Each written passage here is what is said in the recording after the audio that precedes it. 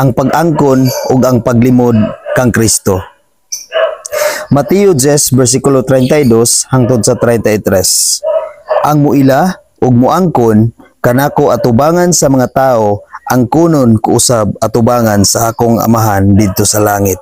Maong mga igsuon, ato gayud nga angkonon si Kristo nga atong manluluwas. Samtang buhi pa kita, samtang ania pa kita nini nga kalibutan, samtang aduna pa kitay katungod sa pag-angkon kaniya, samtang magininhawa pa kita, samtang magamit pa ang atong kinabuhi sa pag-angkon, sa pagdawat o sa pagpasidungog sa atong Ginoong Hesukristo, atong angkonon si Jesus nga atong manluluwas. Ug dili gayud nato siya ilimod. Tungod kay kung atong angkonon si Jesus nga atong manluluwas, nga atong Ginoo, samtang may kinabuhi pa kita, ining abot sa panahon nga mamatay na kita, ining abot sa panahon nga wala na kita nini nga kalibutan, ang kunon usab kita ni Jesus ngadto sa atong amahan nga atuwa sa langit. Sa Mateo 10 versikulo 33 nagingon, apan ang dili moangkon nga siya akoa, dili ko usab ang kunon atubangan sa akong amahan dito sa langit. Mao kanay pinakasakit ug pinaka-worst nga mahitabo sa atong kinabuhi igsuon kung atong ilimod si Kristo.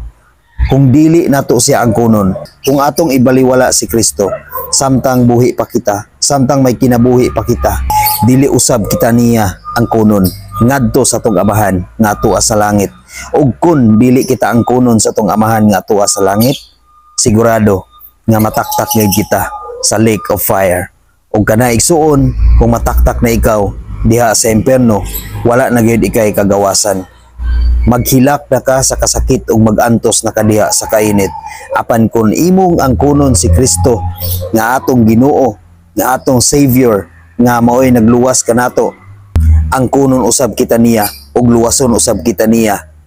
Siya ang mga tubang kanato ngadto sa atong amahan aron kita muluwas. Tuod kay muagi gayud kita kaniya ang tanan igsuon. Atong hinumduman igsuon nga nag-ingon ang iyang pulong nga siya ang dalan, siya ang kamatuoran ug siya ang kinabuhi. Kitang tanan muagi gayud ni Jesus. Maong samtang may kinabuhi pa kita, atong angkonon si Jesus sa tanan nga katawhan. Ipakita nato nga si Jesus atong giangkon ug dili gayud nato kana ikaulaw. Samtang may panahon pa igsuon, ipakita nato ang atong pagkamatinud-anon nga kita mituo ug midawat ni Jesus aron atong maangkon igsuon ang kinabuhing walay katapusan. Amen.